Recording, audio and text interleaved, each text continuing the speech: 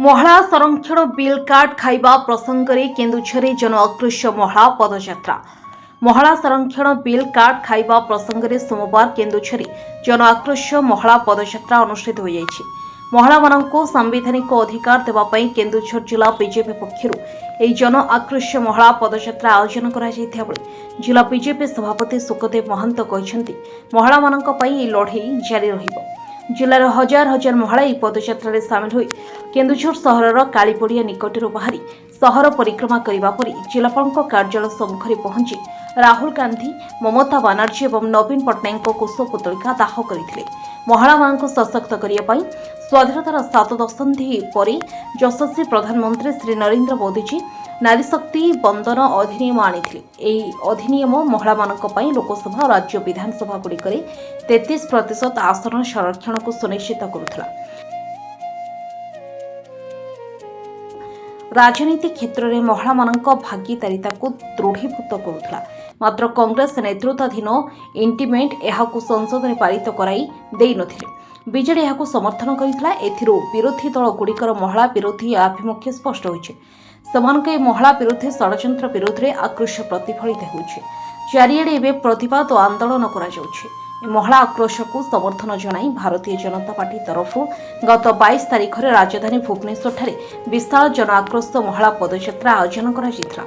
सेपरि गत 24 और 25 तारिख में राज्यर प्रत्येक जिले में जन आक्रोश महिला सम्मेलन और पदयात्रा अनुष्ठित होता बेले केन्दुझर अनुरूप कार्यक्रम होइछे। समाजर विभिन्न वर्गर महिला माने एथिरे सामिल होइछन्ति।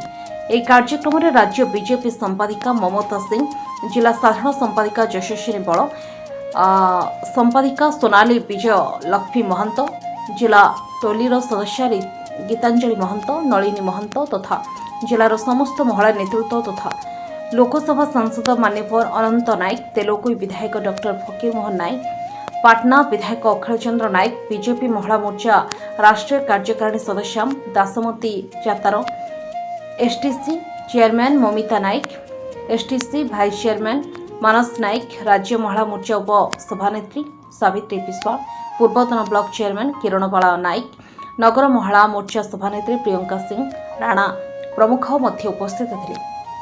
जिला साधारण संपादक अनुव्रत बेहेरा, अगनु महंत, जिला संपादक विश्वजीत त्रिपाठी, झरणा महंत, दुष्मंत महंत, अशोक बेहेरा, जिला आईटी सेल संयोजक जेम्स मेहान, लोकसभा मीडिया संयोजक ब्रजकिशोर राय, युवा मोर्चा सोशल मीडिया संयोजक टिकेश्वर चंदन जना प्रमुख उक्त पदयात्रा सहयोग करथिले। जो महिला आक्रोश रैली थिला एहा जो गत 16-17 तारिख रे पार्लियामेंट रे गोटे महिला बिल पास होउतला जोथिरे कि 33% महिला को विधानसभा एवं लोकसभा रे रिजर्वेशन कोटा रहुतला जोथिरे कि आमे एमएलए एमपी 33% महिला हेतांते जिमते कथारे अछि मां हेले पाठई देश जीवा आगे। तो नारी शक्ति मोदी जी प्रति जो गोटे समवेदना विकसित भारत स्वप्न को पूरा करने महिला गोटे स्वतंत्र स्थान रखुले विधानसभा और लोकसभा से बिल को विरोधी कांग्रेस एवं सहित इंडिमेंटर समस्त दल ताको विरोध कले जो कि से बिल पारित होबारे बाधा सृष्टि होती वर्तमान स्थगित अच्छी